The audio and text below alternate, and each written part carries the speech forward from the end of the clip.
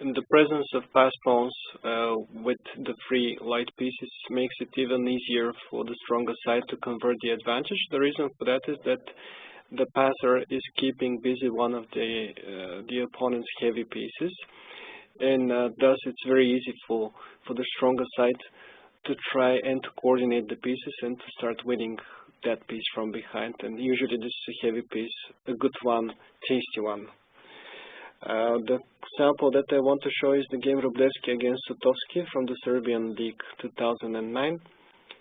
Technically speaking, black should be better with the queen and the pawn versus the free light pieces, but in reality he is losing as his pieces are not really having so many objects to attack, and that pawn on e7 can be soon supported by the white pieces.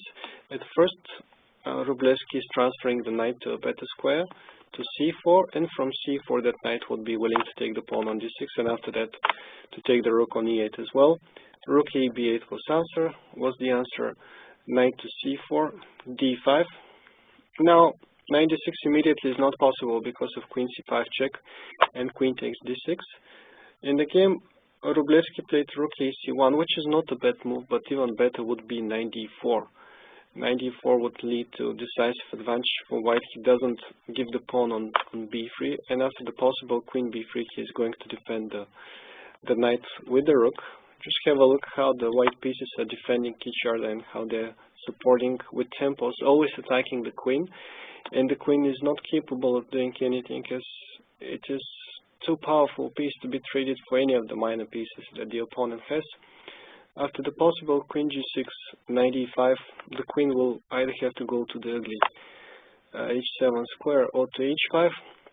The thing is that queen h5 is not helping black. After bishop f2, the pawn is untouchable, not only because of the fork knight c6, but because of this queen here being in danger. White can simply trap it with g4 and rook d3, and once again the many light pieces are capable of trapping the queen by taking all the squares available. That was the easiest way to win, but the way that he chose in the game was also quite entertaining.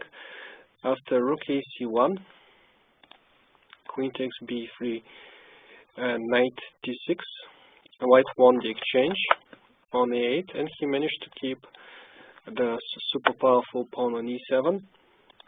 Then he tried to support it as much as possible with the move f5. a5 was answered, f6, f6, rook c7 now. The idea is to bring the rook all the way to d7 to take away this blockading piece, and after that, if we force the queen to blockade the pawn, it would be much easier. These pawns will be lacking support, and that queen on e8 would be traded for one of the remaining white pieces easily. b3 was played, rook d7, queen a3, rook d8, queen went on a4, bishop g3, the bishop is transferred to a better position on d6, from where it will not only support the pawn, but it will stop the enemy pawns on a5, and eventually the one on b3. Now b2, bishop d6, king h7, rook takes e8, queen takes e8, h3, some preparation before the decisive improvement of the position, king h2. There will be no double checks or promotions with checks ideas. Double attacks, sorry, not double checks.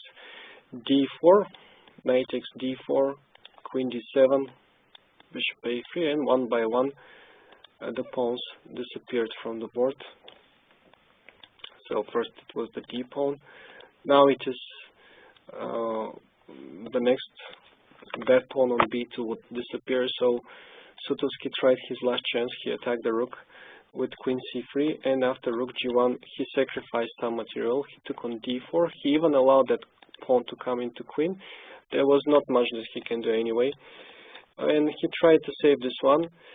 But okay, white is having an extra piece, and he managed to convert the advantage. This is beyond our team. What we want to see from this sample is that the pawn on e7 was worthy more than its nominal power because of the piece support that it had and the chance, the the constant chance of a piece arriving on d6 and winning the blockading defender on e8.